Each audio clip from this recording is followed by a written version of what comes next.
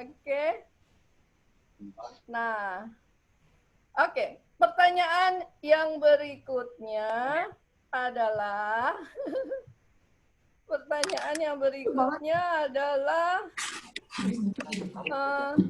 siapa, perhatikan, siapa tokoh utama dari cerita Esther? Mordekai. Tulis ya di chat, tulis di chat. Esther. Iya, tulis di chat. Tulis di chat. Tuhan, Yahweh, Tuhan. Iya. Yang tulis ada Esther, terus Yahweh ditulis Ibu Rani. Ada siapa lagi? Siapa tokoh utama? Tulisnya Esther, ada Yahweh, Bu. Tulis Haman, tokoh utamanya ya? Bukan, tokoh utama itu yang paling sering. Orang ya Bu ya, orang ya. Kalau di film kan yang jadi utama gitu loh, dia disorot terus, ceritanya tentang dia terus gitu. Yang lain mah figuran lah, jadi, pelengkap. Jadi Bu Ani punya jawaban udah salah tuh. Siapa? Ada Mordekai, ada Esther dan Mordekai. Oke. Dah, ditutup. Boleh ya, dua, Bu. Boleh terserah. Tapi setiap orang jawab, setiap keluarga. Mem udah jawab ya? Esther dan Mordekai ya? Nathan jawabnya Haman. Beda. Oke. Ditutup ya. Sip. Kuisnya selesai. Jadi yang benernya siapa, Bu? Yang benernya siapa? Yang benernya YHWH. Tapi tidak kelihatan. Tadi Betul kan, Kak Agus? Betul kan? Iya. Di dalam kitab Esther tidak ditulis nama Tuhan, ya enggak? Tetapi yang menjadi tokoh utama bukan Esther, bukan Raja Ahasuerus, bukan Haman, tuh si tokoh yang antagonis, yang jahat, bukan Mordekai yang menyelamatkan Esther atau yang membawa Esther ke istana, tetapi Tuhan yang mengatur semuanya. Sampai Esther itu kan anak yatim piatu, ya Kak, nggak punya mama papa, tapi kok dia bisa sampai ke istana gitu kan? Kok dia sampai bisa diselamatkan oleh raja? Ayo Esther, kamu mau apa? Apapun yang kamu mau saya kasih, gitu kan? Nah, itu karena ada Tuhan. Oke, pertanyaan terakhir, siapakah saya? Ayo Vinia jawab. Nggak kelihatan, Bu. Di chat. Nggak kelihatan. Oh, itu ibunya. Ya. Siapakah saya? Siapakah saya? Esther. Esther. Betul? Esther. Betul. Coba jawabnya di chat. Udah? Ya. Yang lain? Masa cuma satu jawaban? Mestinya ada jawaban lain. Itu di sebelahnya ada bebek. Siapakah saya? Gimana caranya ngerubah supaya everyone? Oh, ini salah. Win pasti. Hah? Pasti. Nah, itu siapa tuh jawab tuh? Win pasti. Oh, Mem yang jawab. Nathan. Oh, Nathan. Ibu Prapti masih belum canggih sih. Lihat layarnya. Jawab di chat, jawab tadi. Nathan. Hah? Kan lagi ketik tadi. Iya, Nathan jawab apa, Nathan? Nathan jawab apa? Itu kayak Ratu Wasti. Ada jawaban Ratu Esther. Mana yang benar? Istri pertama yang dipecat. Benar adalah itu Ibu Prapti. Yang benar adalah Ibu Prapti. Betul, Pak Pimpin. Aduh. Tapi benar. Mem, aku lihat kamu di video, lucu sekali. Yang benar ada ratu, ada 2 ratu di kitab Esther. Nanti kita belajar siapa Ratu Wasti yang disebut oleh Nathan tadi dan siapa Ratu Esther. Ratu Esther disebut-sebut, tapi ternyata dia bukan tokoh utama. Dia tokoh utama adalah Tuhan. Kitab tepuk tangan dulu untuk anak-anak karena anak-anak boleh lanjut caturnya. Yeay. Ibu Prati mau bicara sama Mama Papa dulu. Nanti ada video ya, siap-siap Lanjut terakhir. caturnya, Kang. Kang. Saya mau share screen ya. Lanjutan catur tadi. Mana ya saya punya? Kayaknya ini. Ya, betul. Ini saya punya. Sudah bisa dilihat ya, Pak? PowerPoint kan, Bu? Ya, Udah kelihatan? udah ya. Ini yang bubble quiz udah lewat. Ini. Udah. Nah, Bapak Ibu sekalian, saya singkat aja mau kasih kalau di bagian rundown ada bagian saya bawa firman, ada yang menjelaskan kurikulum. Saya mau gabung aja. Jadi tadi kita diingatkan sekali lagi, di dalam Alkitab kalau ada tokoh, bukan tokohnya yang kita akan soroti dan terus kita jadikan teladan, atau dia menjadi panduan, tapi Tuhan mau mengingatkan kita untuk melihat Tuhan, mengenal Tuhan melalui tokoh ini. Nah, melalui kitab Esther, melalui Ratu Esther, kita diingatkan ada invisible hand yang sedang bekerja di sejarah zaman itu. Nanti saya ada chart, kita bisa lihat tahun berapa kejadiannya, ya. Nah, ini anak-anak boleh bikin topeng, nanti juga bisa akan topeng ini dipakai di dalam pembelajaran. Oh iya, itu ada mas kayak gitu kan. Ternyata udah zamannya juga kita semua pengantin pun harus pakai masker ya. Nah, ini chart yang saya dapatkan di website. Bapak Ibu sambil buka Alkitab saja, jadi artinya mudah-mudahan saat ini adalah momen yang baik daripada kita nanti ngulang lagi sendiri. Ini chartnya cukup bagus. Nah, kitab Esther ini di banyak pembahasan, baik Bible study atau khotbah, selalu temanya providensia Allah.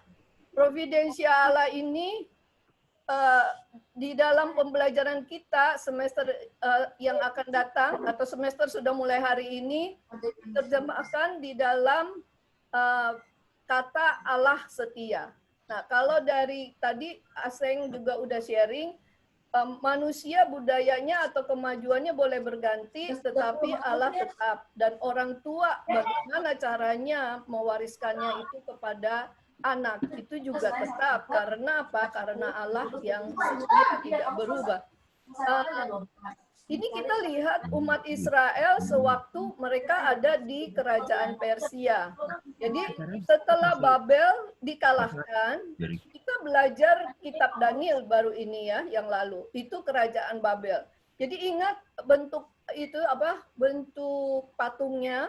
Nah, kerajaan Babel yang sombong akhirnya dikalahkan oleh Persia. Nah, sebelum Raja Ahasiweros ini, ada Raja Kores. Raja Kores lah yang mewujudkan, merealisasi janji Tuhan untuk membawa umat Israel kembali ke Yerusalem. Tapi sebagian dari umat Israel, mereka tidak mau pulang. Tadi saya diskusi sama Pak Hans. Yang tidak mau pulang tetap mau di kerajaan Babel yang kemudian menjadi kerajaan Persia itu, apakah mereka tidak percaya kepada Tuhan? Jadi ini rombongan yang pulang Yerusalem itu dianggap fake, malah hoax. Justru mereka tetap di Persia. Tapi ada pemikiran dari Pak Hans, bukan. Tidak semuanya begitu juga. Ada yang berpikir sudah mapan di Persia. Contohnya Nehemia. Nehemia dianggap sudah mapan karena apa? Karena dia mendapat pekerjaan di istana kerajaan, menjadi juru minuman raja. Ada Mordekai, mungkin dia orang kaya, mungkin dia juga punya kedudukan, dan dia tidak mau pulang. Jadi kita bisa juga menilai sekarang kenapa mereka tidak mau pulang ke Yerusalem.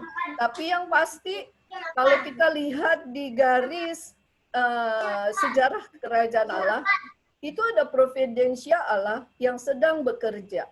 Nah, di chapter pertama dan kedua ini, kita baca sebagai latar belakang dari kerajaan Persia. Kalau Raja Ahasuerus itu kuaya gitu kan dan pesta terus. Nah, cuma satu kelemahannya dia tidak menghormati Ratu Wasti lah kira-kira gitu ya. Itu inti atau akar masalah sehingga di dalam keadaannya mabuk dia mengambil keputusan yang mungkin dia sesali kemudian. Tapi kalau raja udah ambil keputusan kan nggak bisa diganggu gugat lagi. Jadi akhirnya raja mengumumkan kemudian harus memilih ratu yang lain. Dan di antara pilihannya itu Mordekai ini kayaknya telinganya telinga kelinci atau apa tikus gitu. Semua berita dia bisa dengar. Nah, tampillah Esther dan Tuhan ikut berperan di dalamnya sehingga Esther terpilih dan Esther juga punya perilaku yang berkenan kepada raja. Ya, saya pikir itu peristiwanya tidak hanya nanti di pasal 4 waktu dia menghadap raja, tapi dia sudah tabung, dia punya karakter, ya kan? Dia punya belief gitu, sehingga raja semakin hari semakin kenal siapa Esther. Maka nanti saya pikir ini dari saya bukan tanpa alasan raja di pasal 4 menerima Esther menghadap tanpa perjanjian gitu ya. Nah, di tengah-tengah itu ada Haman, tokoh antagonis ya, yang juga mau menjadi tanda kutip raja, penguasa. Nah, disitulah serunya dan di situ kita lihat dinamika manusianya.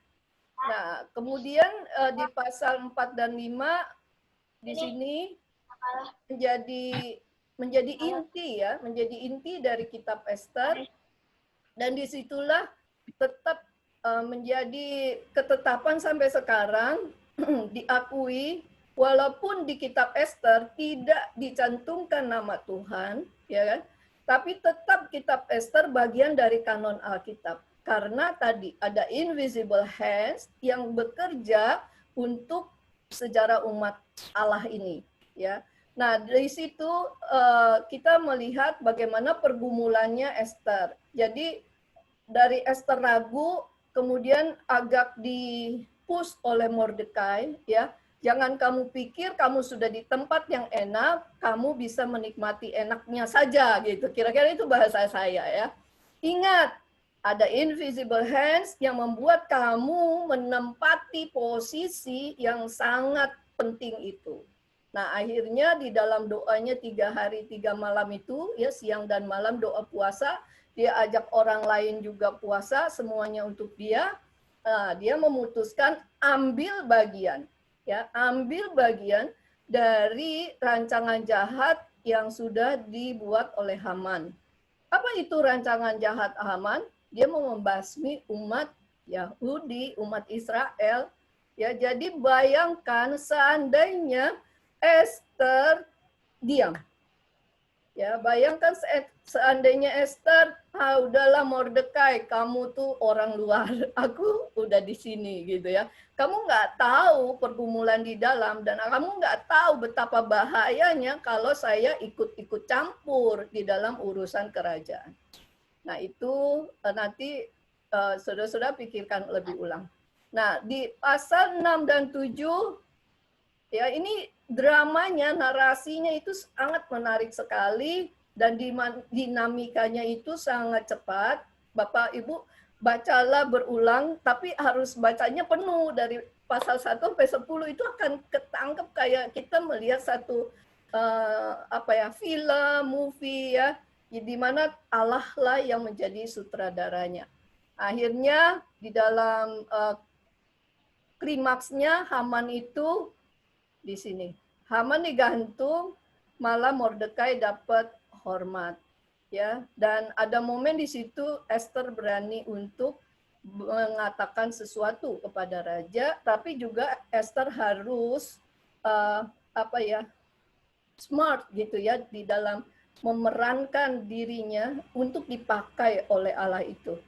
Dari satu kesadaran posisi dia diatur oleh Allah, ya, jadi dia ditempatkan oleh Allah dan juga dia perlu untuk meresponinya secara smart sehingga momen-momen penting itu bisa begitu mulusnya untuk rencana Allah terjadi. Nah, Mordekai mendapat peran di pasal 8. Nanti di situ kita diingatkan atau diajak untuk melihat satu hari raya Purim, ya, hari raya kebebasan di pasal 9. Dan Shalom terjadi di pasal 10. Nah, kenapa kalau Esther tidak ikut ambil bagian? Coba Bapak Ibu pikirkan. Seandainya Esther tidak berani untuk ambil bagian dan tidak berani melangkah untuk menghadap raja, apa yang terjadi bagi umat Israel? Silakan direspon.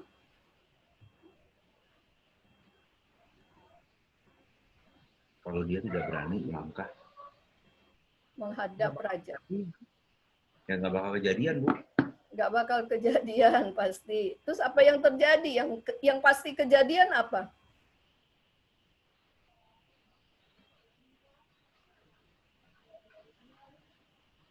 Kalau Esther tidak berani melangkah menghadap raja, itu kan orang yang tidak dipanggil raja akan pasti dapat hukuman mati. Dan dia bilang, saya sudah 30 hari tidak dipanggil raja. Ya kan? Nah, kalau Esther lebih memilih aman, di zona amannya, apa yang terjadi bagi umat Allah waktu itu? Pembantaian bangsa Yahudi ya, Bu? Ya, karena memang yang sangat-sangat diinginkan oleh Haman adalah ini bangsa Yahudi nih menjadi treat bagi bangsa Persia gitu kan. Ini apalagi ada Mordekai yang tidak pro pemerintah misalnya gitu. Sedangkan Haman merasa dirinya orang penting di kerajaan itu. Nah, umat Israel tidak ada. Selanjutnya tidak ada lagi cerita tentang umat Allah ya setelah kitab Esther. Kalau memang hari itu Esther diam, dia lebih aman di zonanya dan dia biarkan coba saya juga membayangkan kalau misalnya Esther bilang biarlah Tuhan yang bertindak gitu, menyelamatkan bangsa ini supaya niatannya Haman tidak terjadi. Kira-kira bagaimana? Mungkin saja ya ada orang lain yang tampil gitu, mungkin saja. Tetapi waktu Esther mengatakan iya, sejarah itu berbeda. Khususnya bagi diri Esther sendiri sebagai orang pilihan Tuhan dan dia ambil bagian. Dan umat Israel dipelihara dari Mesir sampai India itu. Dan sampai sekarang kalau mau akui juga keturunannya mereka itu ada di seluruh dunia gitu ya. Nah, waktu itu.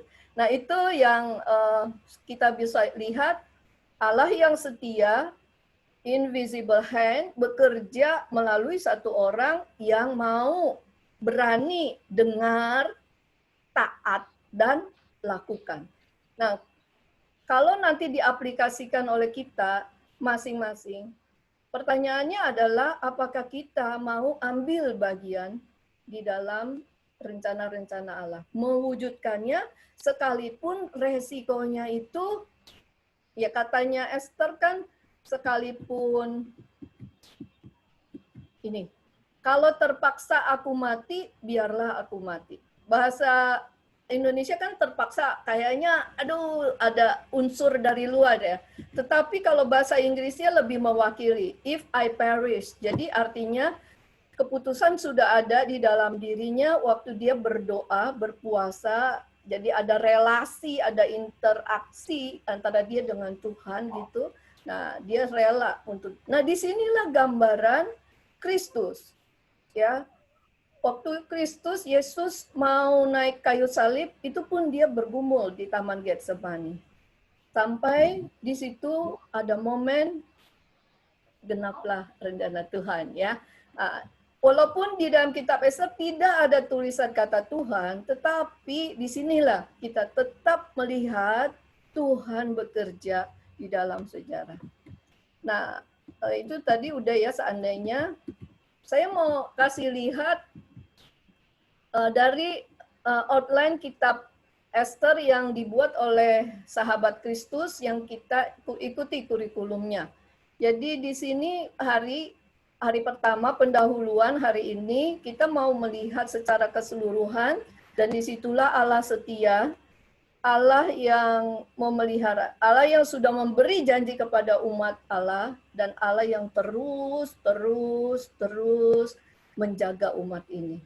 Dan di dalamnya ada orang-orang yang Tuhan pilih di dalam kedaulatannya, tapi tidak sebagai robot. Nah, itu Pak Agus bedanya robot nanti, artificialnya. Nggak bisa ada pertimbangan-pertimbangan. Tapi kalau kita manusia yang diciptakan oleh Allah, Allah pilih, tapi Allah kasih kesempatan kita berinteraksi dulu sebelum ambil keputusan. Nanti di akhir saya mau kasih chart, itu ada social emotional learning. Nah, di sini yang kita akan pelajari sampai Desember, yang terakhir Allah menyelamatkan umatnya, yang berikutnya mengenal Allah yang kita percaya. Nah, konteksnya nanti saya akan ajak kita memikirkan apa peran kita di Indonesia. Ini kemudian aku udah ya. Saya mau ajak lihat sedikit, ada dari website sih. Jadi artinya saya mau ajak lihat gambar-gambar ini supaya kita orang tua juga punya suatu mindset. Esther itu adalah tokoh sejarah. Dia bukannya fiksi, ya. Jadi mungkin anak-anak kita udah biasa dengan kayak tokoh-tokoh Marvel tuh, ya apa namanya, yang ada Iron Man, ada itu dan lain-lain itu ya. Apakah itu tokoh sejarah? Avengers, ya. Ya. Tapi Esther dan Mordekai adalah tokoh sejarah dan ada kuburannya di Iran, ya, di Iran. Terus kuburan Raja Ahasuerus juga ada, dan dalam catatan sejarah itu ada disebutin namanya Xerxes, ya, bahasa Inggris. Terus ini benteng Susan, di mana peristiwa scene-nya terjadi di kitab Esther. Benteng Susan ini yang arkeologinya ya. Nah, ini ada gapura, ini ada gapura untuk kerajaan Persia dan jadi objek wisata. Pertanyaannya yang 1-2 detik, silakan Bapak Ibu pikir apa makna kata setia bagi Bapak Ibu sekalian, Mama Papa. Refleksi. Refleksi artinya diri kita sendiri. Kalau saat itu bagi Esther, Allah setia, ya, dia berani, terus Tuhan terus jaga dan lindungi dia. Ada momen-momen bahaya, ada trik Haman yang sangat berbahaya, dan dia bisa lolos semuanya itu.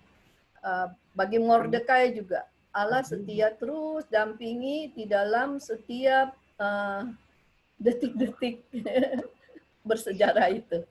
Bagi Bapak Ibu sekalian, apa makna kata setia di zaman ini? Tidak berubah, Bu. Tidak berubah. Boleh ditulis di chat juga. Kita membiasakan diri pakai fasilitas. Apa lagi? Tidak selingkuh. Kayaknya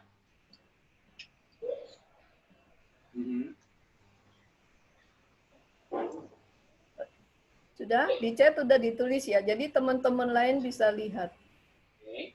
Oke, ditutup ya. Selesai, nanti bisa disambung lagi. Ada ayat hafalan yang 1 semester ini akan terus kita ulang-ulang biar mendarah daging, dan harapannya waktu melakukan aktivitas LKA di rumah, ayat ini juga mohon diulang, bisa ditempel di tembok, di kaca dan lain-lain, terus dibicarakan, ya kan? Kita baca bersama-sama. Mazmur 33 ayat 18, Sesungguhnya mata Tuhan Menuju kepada kepada mereka yang takut akan Dia, dia, kepada kepada mereka yang mereka yang berharap berharap akan kasih kasih setianya. setianya. Oh, yang exposure-nya. jadi sesungguhnya berarti itu iya gitu kan. Benar ya kan, fakta bukan hoax. Mata Tuhan ini banyak dipakai, mata Tuhan berkeliling menjelajah dunia gitu kan ya. Nah ini mata Tuhan, coba kita bayangkan apa makna mata. Mata itu inti dari kehidupan kita, misalnya mata kita mengenal dunia dan lain-lain. Mata Tuhan jadi perhatiannya Tuhan, ya kan? Itu ditujukan kepada orang yang yang pertamanya takut. Pertama, takut bukan berarti kayak kita takut polisi. Kalau kelihatan polisi baru kita rapi-rapi dengan peraturan, kalau enggak itu saya, bukan kita. Terus kadang polisinya kan sembunyi gitu, bukan. Tapi takut di sini artinya hormat, ya, hormat kepada Tuhan, mengakui Tuhan di dalam kehidupan kita, dalam segala hal Dia punya otoritas. Nah, di dalam doa-doa saya ya berkenan ini, saya tuh sepertinya diingatkan banyak nih sekarang negara-negara pemimpin-pemimpin di dunia tidak takut kepada Tuhan, sombong gitu ya. Saintis juga sombong gitu kan.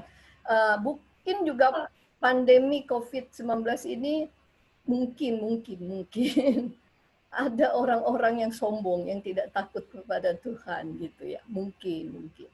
Nah, kepada mereka yang berharap akan kasih setianya, Tuhan terus dampingi ya. Jadi kita yang menaruh harap. Nah, harapan adalah satu kekuatan gitu yang bisa drive kita untuk terus maju. Jadi kalau saya sharing pribadi kan, masuk ke masa pandemi ini, stay at home, terus dengar berita-berita di minggu-minggu pertama itu saya benar-benar takut banget. Sendiri lagi, Pahas lagi di luar kota, itu benar-benar saya takut. Tetapi ya kembali lagi berharap kepada Tuhan. Jadi ketakutan saya itu bukan yang takut tadi, itu bukan hormat ya, tapi benar-benar takut kalau misalnya saya kena COVID-19 itu kayak apa, kayak gimana, terus itu berkembang, tapi berharap kepada Tuhan. Nah sampai hari ini Tuhan peliharakan, itu satu anugerah. Nah, kita juga nggak tahu nanti dampak panjangnya kayak apa, dan itu akan berdampak juga kepada anak-anak kita. Tapi mari kita setia kepada Tuhan. Kalau Allah kita setia, mari kita juga setia kepada Tuhan. Pertama, kalau Bina Iman Agape adalah kita punya visi misinya yang kita akui bersama-sama gitu kan, yang kita sepakati bersama-sama. Kita mau bertumbuh bersama-sama dengan anak-anak kita mengenal Tuhan secara pribadi gitu, dan rasa atau pola hidup yang takut dan hormat kepada Tuhan itu selalu ada di dalam setiap aspek kehidupan kita, setiap saat. Ya, misalnya kalau dengar cerita dari teman-teman kan di masa-masa awal harus online, ada belajarnya online, bekerjanya online, kayaknya itu waktu udah tidak ada batasannya lagi. Waktu untuk saat teduh masih ada enggak itu ya. Terus waktu untuk merenung masih ada apa enggak, itu masalahnya. Nah, saya tuh dapat berkat waktu KTB. Boleh ya Pera ya saya sharingkan ya. Waktu KTB dengan Pera, dengan maksudnya dengan Michael, Fanny, terus sama Yohanes dan Ruth, itu Sardi sharing. Dia bilang dia punya kebiasaan baru. Berdoa 3 kali sehari. doa makan siang, bukan katanya. Pagi dia sengaja ada waktu untuk berteduh ya, walaupun singkat di hadapan Tuhan, siang, sore. Nah, saya mendapat berkat dari sharingnya Sardi itu. Gitu. Nah, teman-teman, mungkin saya sengaja, tadi saya belum izin tapi spontan jadinya. Saya pikir di tengah-tengah pandemi ini yang menuntut dan sangat kita kelelahan, mungkin kita perlu berani untuk berharap kepada Tuhan, dan kita juga berani untuk setia kepada Tuhan. Itu membutuhkan keberanian. Maka apakah goal dari Bapak Ibu di dalam semester baru ini? Mau ada perubahan apa yang diharapkan terjadi? Saya urutin lah ya, mulai dari diri sendiri dulu, terus dari pasangan, mungkin anak kita, dan keluarga secara keseluruhan. Nah, harap ini di capture. Oh iya, nanti bolehlah saya share, saya punya file ini di grup ya. Nah, saya pikir harap ini di capture, nanti di lembar-lembar LKA akan saya ingatkan. Nah, Bapak Ibu sekalian, untuk prosesnya, saya mau ceritakan, ini mungkin ya di dalam proses ini nih ya untuk perubahan ada buku yang bagus, Emotionally Healthy Spirituality, spiritual yang sehat secara emosi. Jadi ada yang komentar setelah membaca buku itu, aktivitas rohani ya misalnya melayani Tuhan gitu ya, atau bahkan even kita lakukan family altar secara rutin, itu belum tentu memperbaiki emosi kita. Nah, kalau bicara emosi, saya pikir bukan emosional gitu ya, tetapi bukan, jadi kayak tadi lah contoh, takut itu bukan emosi, ya kan? Tetapi takut itu adalah satu state, ya satu keberadaan, kita hormat kepada Tuhan. Nah, sama dengan di sini. Emosi di sini adalah kayaknya boleh dibilang ya, mudah-mudahan saya tidak disalahkan oleh yang orang-orang psikolog. Tapi saya mau mengatakan yang disebut emosi di sini adalah being kita gitu loh. Jadi aktivitas itu tidak memperbaiki being kita, kecuali kalau kita dekat kepada Tuhan dan intim dengan Tuhan. Jadi saya pikir Ratu Esther itu berani untuk bertindak karena disitulah dia dapat konfirmasi. Tapi peristiwanya kan bukan di doa puasa 3 hari itu, saya pikir. Sebelumnya dia sudah punya tabungan yang sangat cukup, ya, tabungan emosi di dalamnya, saya pikir untuk bisa tune gitu ya, tune in dengan rencana Tuhan dan momennya Tuhan. Nah di situ saya pikir kitab Esther sangat baik sekali untuk kita rajin, teliti dan kita pelajari. Nah, satu lagi yang saya mau sharingkan, sekolah-sekolah sekarang termasuk Dikbud sedang mempersiapkan satu proses pendidikan yang menekankan ini, social emotional learning. Jadi emosional ini yang diolah di dalam konteks sosial. Pertama yang harus disadari adalah diri sendiri, self awareness. Kemudian social awareness, ya di bawahnya ini relasi. Jadi dua ini hijau dalam relasi dengan orang di luar diri kita. Di sini dilatih. Ya, saya pikir disinilah tempatnya agape yang kelompok lebih kecil dan kita bisa lebih menjadi diri kita. Di situ benefit kenapa kita tetap bertahan di Bina Iman Agape. Karena bukan hanya dengan diri kita sendiri aja kita terbuka, Tuhan diriku ini gitu, tapi kita juga boleh terbuka dengan orang di luar diri kita, bukan hanya kepada pasangan kita, tetapi kepada keluarga yang lain. Nah, yang penting setelah self awareness, self management, ya ini dua gandengan, kemudian nanti terdampak kelihatan di sini dan goalnya adalah responsible decision making. Jadi ini penting yang kuning, walaupun nanti ada artificial human, dia nggak bisa bertanggung jawab dengan apa yang dia sudah lakukan. Saya nggak tahu bisa diprogram atau tidak, tetapi di sinilah lebihnya manusia ciptaan Tuhan. Ya, dia boleh mengambil keputusan dengan kesadaran dirinya dan dia berani mempertanggungjawabkannya kepada orang yang punya otoritas di atasnya. Dan bahkan lebih dari itu kepada Allah yang menciptakan manusia. That's it. Saya pikir ini dua buku dan diagram ini boleh menolong Bapak Ibu berproses selama kita di dalam semester ini belajar dari LKA yang akan saya kirim tiap minggu, mungkin hari Kamis gitu atau Jumat. Nah, prosesnya kita tidak kumpul selalu, tetapi diharapkan selalu terjadi ada di dalam keluarganya masing-masing. Karena sesuai dengan visi misinya visi misinya Agape itu proses terjadi di dalam keluarga. Nah, nanti mungkin kalau kita udah punya account kan dimanfaatkan. Kita akan ketemu seminggu sekali kita akan ketemu sebulan sekali maksudnya. Setelah 4 kali proses di rumah, sebulan sekali mungkin ada kuis gitu, seperti yang lalu tuh kita ngisi masa liburan gitu, yang seru-seru seperti itu, terus nanti masing-masing keluarga berpartisipasi. Ya, kenapa keluarga berpartisipasi? Karena saya pikir itu baik. Pada waktu kita mempersiapkan sesuatu, kita belajar. Sudah itu dipresentasikan, kita juga bisa evaluasi lagi. Nah, di dalam proses itu kan kita udah jadi berkat bagi orang lain. Ya, namanya namanya komunitas belajar. Ya, komunitas belajar itu baik sekali dan saya nih lagi ngikutin kelompok-kelompok guru ya di Indonesia. Akan dibangun komunitas belajar. Nah, saya pikir keluarga-keluarga juga yang mau bertumbuh di dalam Kristus, kita nggak bisa sendiri, maka kita perlu ada kelompok di mana kita aman untuk tampil kita apa adanya, dan disitulah kita juga bisa berbagi kepada orang lain. Di sini kan social awareness dan relationship, kita berlatih di situ, supaya akhirnya anak-anak kita, selain kita, juga mereka bisa menjadi seseorang being yang berani bertindak atau berani ambil keputusan dan berani mempertanggungjawabkannya. Seperti Ratu Esther itu.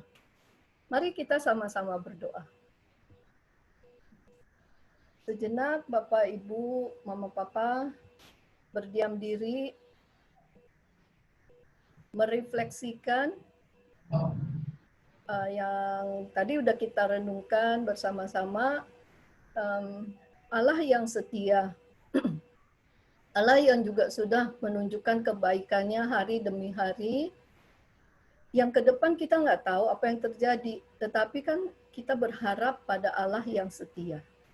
Mari kita mengucap syukur di dalam doa masing-masing 1-2 detik ini.